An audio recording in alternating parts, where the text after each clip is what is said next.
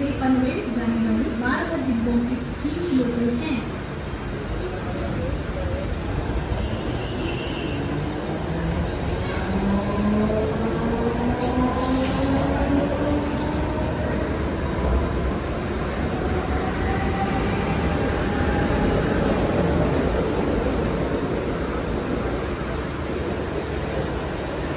क्रमांक 2 आलेली local 4:36 harbour लाईनवरून Mumbai Chhatrapati Shivaji Maharaj टर्मिनसला जाणारी 12 डब्यांची आणि